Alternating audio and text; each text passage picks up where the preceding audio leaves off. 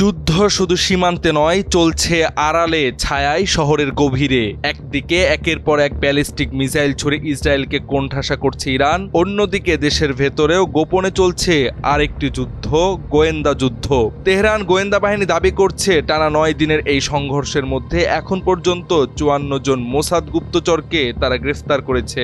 এর মধ্যে একজনের বিরুদ্ধে রাষ্ট্রদ্রোহ ও গুপ্তচর বৃত্তির অভিযোগ প্রমাণিত হওয়ায় তাকে মৃত্যুদণ্ড দিয়েছে ইরানের সর্বোচ্চ আদালত।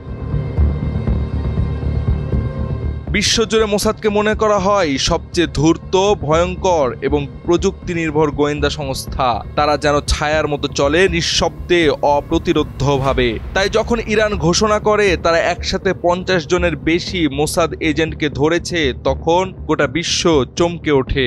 শুধু পরমাণু শক্তিতে নয়, তেহরান যে গোয়েন্দা সক্ষমতাতেও অভাবনীয় শক্তিশালী হয়ে উঠেছে, এবার তা চোখে দেখল সবাই।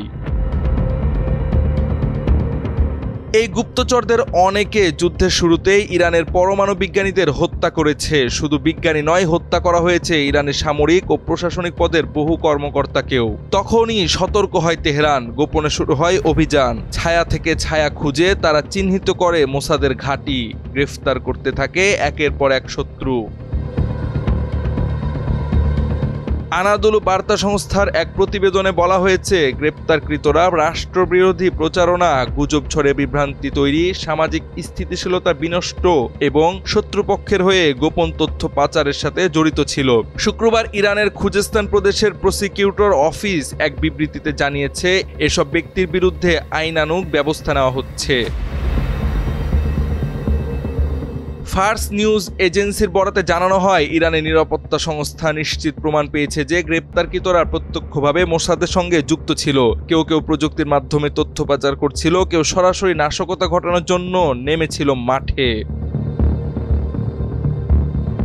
13 জুন ইসরায়েল যখন ইরানের পরমাণু ও সামরিক স্থাপনায় বিমান হামলা চালায়, তখন থেকেই ইরান জবাব দেয় একের পর এক ড্রোন ও মিসাইল দিয়ে।